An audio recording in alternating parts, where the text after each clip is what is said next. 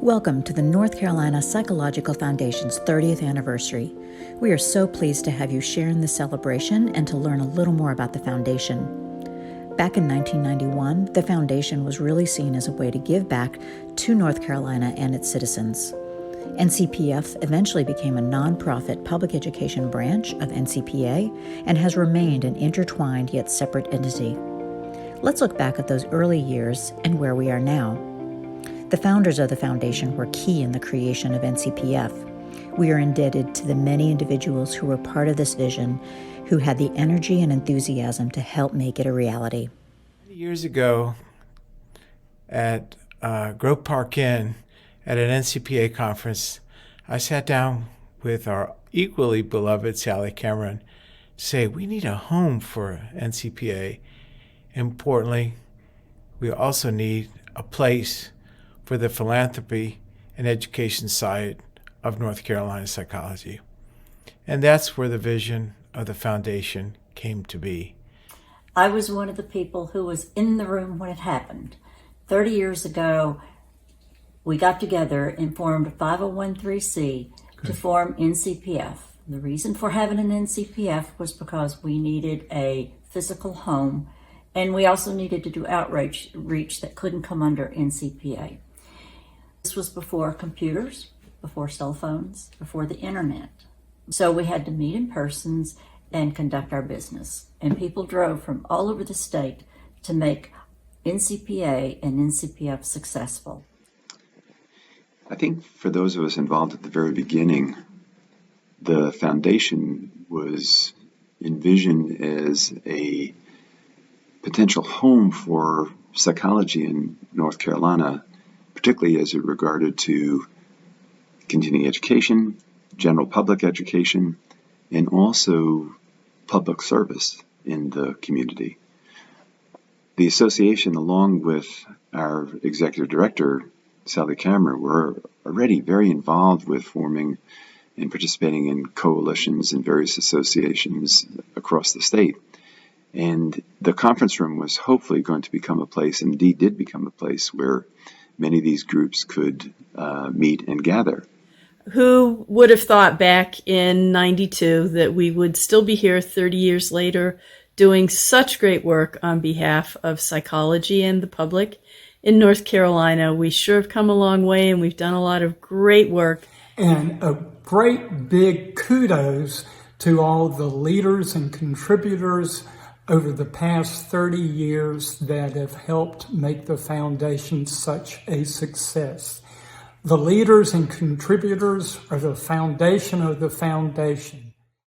Work by the building committee and the fundraising from many generous psychologists accomplished one of our first tasks of finding a building. Not only did having an office allow staff to engage in a variety of projects, but the conference room provided a place where psychologists and community mental health groups could gather as well. A board was formed, priorities and committee goals established, and a president elected. To date, we have had 7 foundation presidents. It's unbelievable, really amazing that 30 years later, not only that little germ, that little seed, actually is a viable and critical foundation of North Carolina psychology and a model for other state associations. In the early days of NCPF, we focused on several aspects of our mission. First of all, the development of the infrastructure that would allow us to further our activities. Secondly, to advance the work of the already existing committees that fell under the 501c3 umbrella of our work. And thirdly, to start new projects. I was foundation president from 1997 to 2002. And I think about this time as the adolescence of the foundation. We spent a lot of time fundraising, thinking about how we wanted the foundation to function, what committees to be on the foundation, and so forth. I think it was a time of real growth and growth and understanding of what the foundation could become and which it has become under the leadership since then. So I think that I probably came on board in what would be considered the adolescence of the foundation. The identity had been established, but we were really looking to solidify and firm up that identity. So it's been exciting to watch the evolution. I was drawn to the foundation by two things: its people and its mission. The association acts with the good of the public in mind, but the foundation is the face of psychology to the public. It serves a diverse group of stakeholders, from college students to psychologists in all aspects of their career, to people who are devastated by a hurricane and trying to put their lives back together, to the public on a sunny day, just trying to understand what underlies psychological well-being. In my mind, the foundation is the public service wing of psychology. I agreed to be the president of the North Carolina Psychological Foundation because it gave me an opportunity to work with some of the most dedicated professionals in the organization. We naturally have worked really hard to maintain the mission and the aim of the initial founders in our work for the public and for the community, while also modernizing and getting up to speed and making changes where we needed to with different committees. And we'll continue to do so, I have no doubt, as we move into our fourth decade. While NCPA committees are more focused on the professional, NCPF committees have been more focused on public outreach and helping the helpers, with continuing education and finance committees falling under both NCPA and NCPF. Public education is the committee that has gone through the most circuitous journey of growth, yet likely best exemplifies the vision of the founders and NCPA members of the 80s and the 90s. There have been workshops and pro bono events, media guides, educational brochures, and even merchandise we sold at one point with Talk to Someone Who Can Help logos.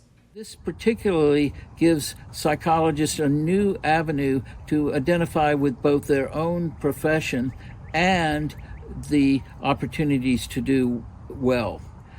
Our psychologists always have been eager to serve others, but this is a unique opportunity.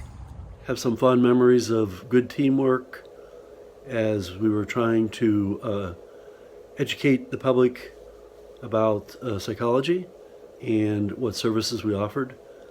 I remember making a series of videos at one of the members' houses using an old big boxy VHS video camera, and it was a lot of fun. I don't remember specific engagements that came out of it, but the videos were intended to be available for educating the public on the work that we do. We also worked more towards community outreach with the Speakers Bureau than we had in place, which sought to connect psychologists across the state with different entities, whether news organizations or more publicly related organizations like PTAs or that type of thing, to bring psychologists understanding of different issues to the general public in ways that would be of benefit to them. In recent years, the PEC has branched out to more varied public education activities, such as our increasingly popular Ask a Psychologist virtual workshops held every month or two and open to the public as well as professionals for free. We have also provided targeted events such as the Coping with COVID video clips during the pandemic, and most recently a mental health pros night where psychologists answered phones. In keeping up with the times, public education is now being provided through social media to create more of an online presence. Public education through community events have included the NAMI walks in May to support mental health resources and Walk for Hope in October to support research for mental illness. I think the Walk for Hope is a wonderful community event, bringing people together with energy and excitement for supporting mental health research and treatment. And I do participate financially anyway. This year, I was able to participate as part of Team NCPF in the North Carolina Walk of Hope, We were able to raise money for research into treatment of psychological disorders. In addition, it was a great way to bond with our fellow psychologists who we haven't been able to see much during this pandemic. I support NAMI North Carolina because I'm a huge proponent of positive mental health and improving access to mental health for everyone. And I also believe in reducing mental illness stigma. And one of our newest initiatives is providing discussions by psychologists at local theater performances. As I read Dr. Wartsky's search for members of NCPA to participate in a theater talkback project, I felt an instant spark of enthusiasm. By signing on to the Public Education Committee's initiative, I had committed to carving out space in my schedule for a worthwhile project and looked forward to weaving together my experience as a social worker, psychologist, and my training in film studies and theater. And I am new to North Carolina from Texas. I recently joined NCPA this past year, and I decided to volunteer for the Public Education Committee as a way to start to connect with the public, but also to offer a space for the viewers at the Justice Theater to ask questions about the psychological impact that they may have experienced while viewing the play. We are grateful to our many volunteers, past and present. The Disaster Response Network is the committee that has gone through the largest sustained growth through the past several decades and is another excellent example of direct outreach to the public. The DRN has responded to many disasters, large and small, over the past 3 decades. We established the disaster response team and committee shortly after APA put out a call for state associations doing this. And we didn't really know where to start, so we decided to go with the Red Cross as a partner, which I think has proven to be a very good partnership over the years as the Disaster Response Committee has grown and matured. Amazing ability to see the resilience and post-traumatic growth that unfolds in the aftermath of a disaster, and the way in which people come together and strengthen each other and support each other and coordinate to help with the process of recovery. It's just been awe-inspiring to be able to witness that. And I live with the work that Sally did with Chuck Burnett and Sandra Wartsky to develop the Disaster Response Network. They expanded a model that was created by our national APA, and they made it uniquely multidisciplinary to include the State Division of Mental Health and other groups. Martha Turner Quest has come in as a dynamic, energetic, and forward-thinking leader. I also want to recognize Tatiana Kolodkov. She's a brilliant young psychologist who is my co-chair on the Disaster Response Task Force. She's part of a cadre of young psychologists invigorating our field in the state with new ideas and new energy.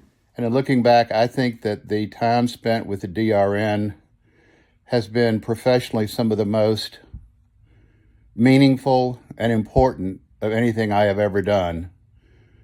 I recall a time in graduate school when a professor had quoted someone who had written a book who said that the purpose of psychology is to learn to give itself away, to make itself available to the public. And I think with the DRN, we have done that. I am most proud of what we did in being able to provide access to training statewide to people no matter where they lived, that we worked together with people in other professions to be able to do this, and we took a leadership role. Early on, developing a network of volunteers ready to respond involved making sure volunteers were well-trained and knowledgeable about disaster response. Let's hear from some of our disaster volunteers and some of their memorable experiences volunteering out in the field. I remember the first time I was involved in a disaster scene. There was a tornado in Zebulon, and I went over there and was trying to figure out how to be a psychologist in this environment. And a very wise Red Cross volunteer came up to me and said, "Don't be a psychologist, be a person. Here, give some sandwiches or some coffee or something like that, and just chat. These people have just been through a terrible experience, and they just need a person to be there with them." After the terrorist attacks on 9/11, a number of us answered phones set up to provide call-in support to people in the community. And it meant a lot to be able to contribute, even in such a small way, during a time when all of us felt so powerless. It's such a great reminder that while we can't make it so that tragedy and difficult times never happen, we can know that the foundation will be there to respond. I was involved in the process of helping to teach and guide some of the non-mental health disaster responders who are often on the scene of a disaster, but often themselves are feeling insecure about the best way to respond to the tragedy and individuals in distress. And I remember being so surprised that many of them are actually very eager to speak to the mental health volunteers and get some tips and some tricks about the power of presence and the magic of validation and just the way in which the kindness of a fellow human can go such a long way. And in 2005, I was involved after Hurricane Katrina devastated New Orleans. And victims of the hurricane were sent to Houston, all over the country, but a lot were sent here to the Research Triangle. And I went out and worked with a couple of families. One in particular was a widow with 3 kids, a delightful woman who was just traumatized, lost. She felt like she was just on another planet. And I was able to help her. I met with her multiple times, helped her get stable, and then she got the kids in school. She ended up staying around here, got work. And 2 years later, out of the blue, I got a letter from her addressed to me individually. She tracked me down and remembered my assistance and just related the most beautiful story of a successful outcome of her resettling here, thanked us for our work in helping her during that time. After Hurricane Katrina, I trained with the Disaster Network and provided practical support as well as a listening ear to individuals who had been displaced by the hurricane. So in my first foray into disaster mental health, I was part of North Carolina Psych Association's disaster mental health response team at the Hurricane Katrina shelter in Raleigh. And although I was a pretty experienced clinician at that point, it was the first time that I had been part of a formal response group. And we showed up at the shelter and got our mental health emblazoned vests and were told to just kind of walk around and see if anybody came up to us.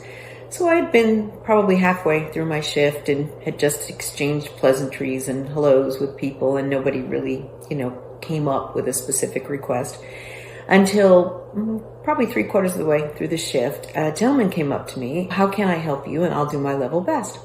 And he just looked at me and he said, "I need new underwear." And I just looked back and I said, "Okay." And he said, "I have a job interview today and I can't wear these tighty whities. They are just too uncomfortable." And so I said, "Well, let me see what I can find you, if I can find you some boxers." And he gave me a size, and I found the person running the shelter, and they told me where the donation supply room was. And probably 15, 20 minutes later, I found him again and brought him a couple of packages of new boxers for his interview. And he was very happy and grateful, and I wished him luck at his interview. It was certainly not how I expected to be helpful, but it was just really heartwarming that that's how it was helpful, what was helpful to him. So let it not be said that one small act cannot help a victim of a traumatizing event. Our most recent and longest sustaining disaster response has been the Hope for Healers program, which has been a tremendous support to our community during the pandemic. Martha came to me with the idea of Hope for Healers and had the vision to push it forward. It's become one of the most important services for frontline workers in North Carolina during the pandemic, And much of that is thanks to Martha's leadership. One of my memories from the past years is at the initial setup of the Hope for Healers, training various therapists throughout the state to be able to provide services to healthcare workers during the stressors of the COVID pandemic. Our therapists that were part of this effort reported that they felt more connected, more hopeful as they were able to contribute to reducing suffering. And for the individuals that received care, we received many forms of feedback indicating that even connecting briefly with a therapist was just the support that they needed to get through these difficult times. During this unpredictable and ongoing pandemic, our frontline healthcare workers have continued to provide hands-on care in spite of the risks, and they too need care and support. Through the Hope for Healers program, volunteer psychologists speak to helpline callers, and in doing so, we hope to contribute to the well-being of our community by helping the helpers. And I've been a Hope for Healers volunteer. I've appreciated being able to connect with other folks across the state as they've been managing and coping with this pandemic, and really appreciated being able to talk with some folks who are very similar to me in some identity characteristics and very different, and working to instill hope in them as well as a sense of empowerment. Thank you to the many DRN volunteers over the years, too numerous to mention. SASA has been a steady committee engaging psychology students and promoting the science of psychology. Students have been supported in various ways over the last 3 decades. One of the consistent ways students have been provided professional opportunities has been through poster sessions at both NCPA and NCPF conferences over the years. During my graduate school years in the 1990s at the University of North Carolina at Chapel Hill, I was privileged to first become a member of the North Carolina Psychological Association and to present a poster, my very first conference presentation ever, at an NCPA spring conference at Atlantic Beach, North Carolina. Based on the warm reception and validation of my professional trajectory, I decided to remain in NCPA and have now been a member for over 25 years.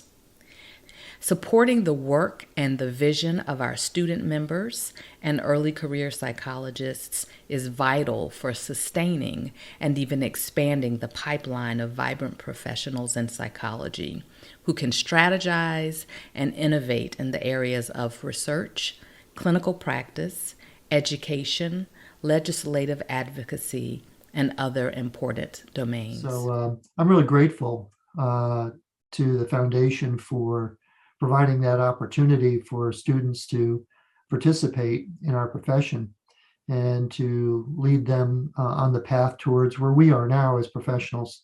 Very gratifying thing to do. Our committee looks forward to any positive impacts we can make over the next 30 years. One of the newer SASA initiatives has been the Graduate Student Awards, thanks to donations from generous psychologists allowing graduate students to further their career. And one of SASA's longest-standing projects has been our ever-popular undergraduate conference. In reflecting on the history of SASA over the past 30 years, I think we have to acknowledge the impact of the annual undergraduate conference. SASA's first undergraduate conference was held in October of 1994 and was spearheaded by Sally Cameron and Carol Kolicki. Since 1994, we have had an undergraduate conference every year, including 2020 and 2021, when we transitioned from an in-person conference to a virtual conference, thanks to Martha and Karen's expertise.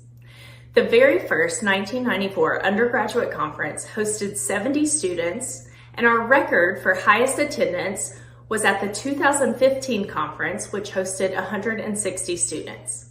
If we estimate the mean attendance for the past 28 years, we know that over 3,000 undergraduates throughout the state of North Carolina have attended this conference. To me, this is one of the biggest impacts of the SASA committee.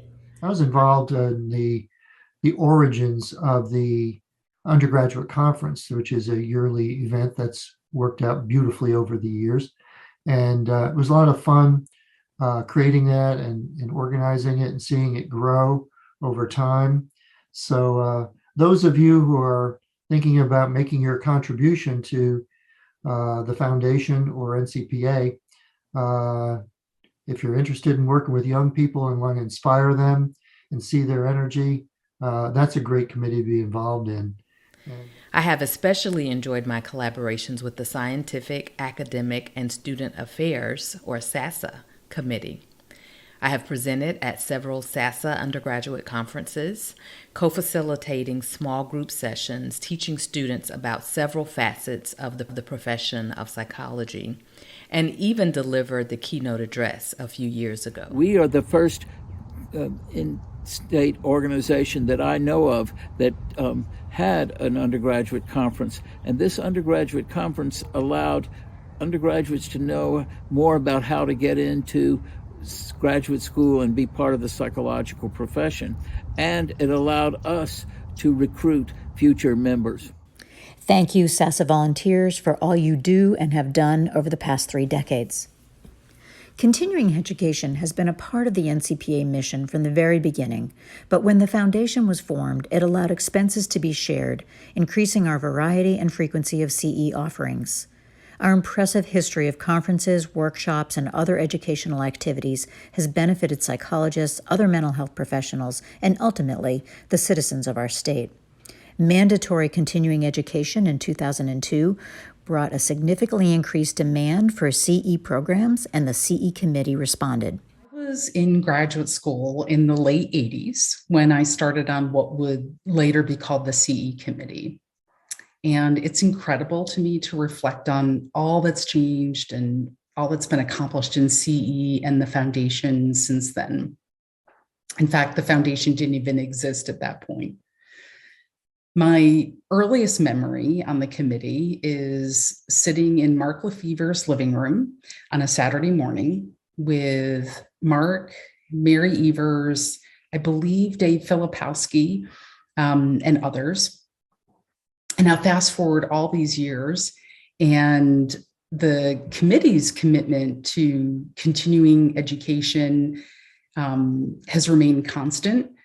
But I doubt that any of us gathering in Mark's living room could have imagined the advancements in technology that would take place over the years that would allow us to not only bring members from across the state together for a committee meeting, but allow us to rapidly pivot to virtual CE events during the pandemic.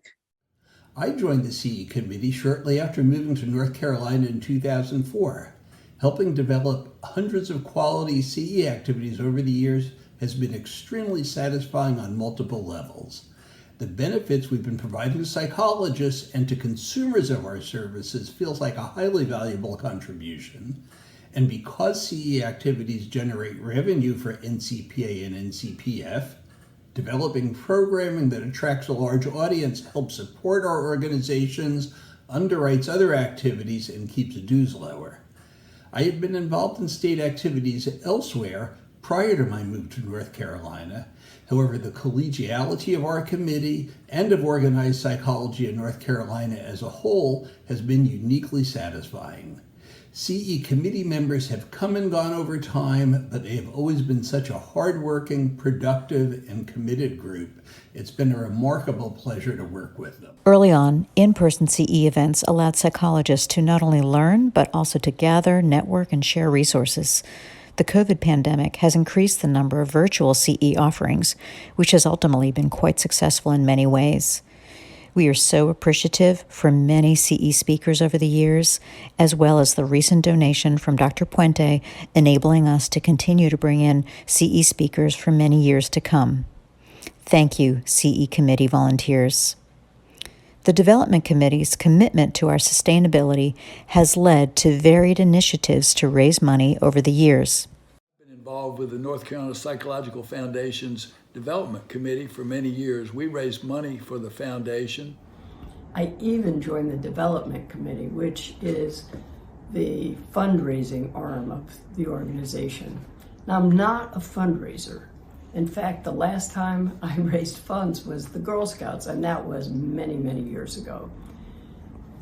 I did it I was willing to sell raffle tickets and encourage our members to donate to the Friends of the Foundation because I believe that the foundation provides a base for a powerful impact for psychologists, for other mental health professionals, as well as the community. The Development Committee works hard to come up with creative fundraising related to targeted needs, as well as finding ways to put the fun into fundraising through various raffles, silent auctions, and events over the years. More recently, the Development Committee has been exploring things such as Giving Tuesday, Amazon Smile program, honorariums, and planned giving through a will or a trust. We thank the many volunteers who've been a part of the Development Committee, as well as, of course, our many donors, past, present, and future. The Finance Committee is another committee that is shared with NCPA. While finances are kept separate, we share the resource of a treasurer. Thank you to all the treasurers and Finance Committee volunteers who have that enviable skill of being good in the field of psychology as well as with mathematics.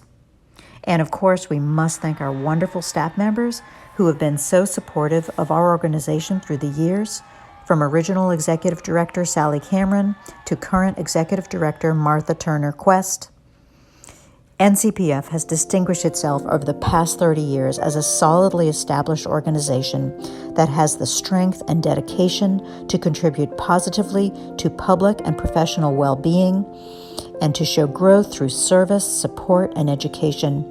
Although things change over the years, what does not change is our commitment to the public and to being the most effective philanthropic organization we can be. Happy anniversary, NCPF.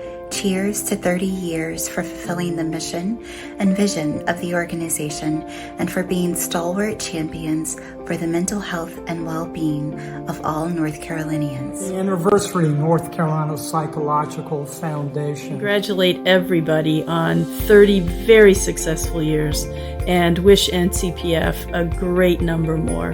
Happy 30th anniversary, North Carolina Psychological Foundation. And may you have many, many more years of service to psychologists, other mental health professionals, and the community.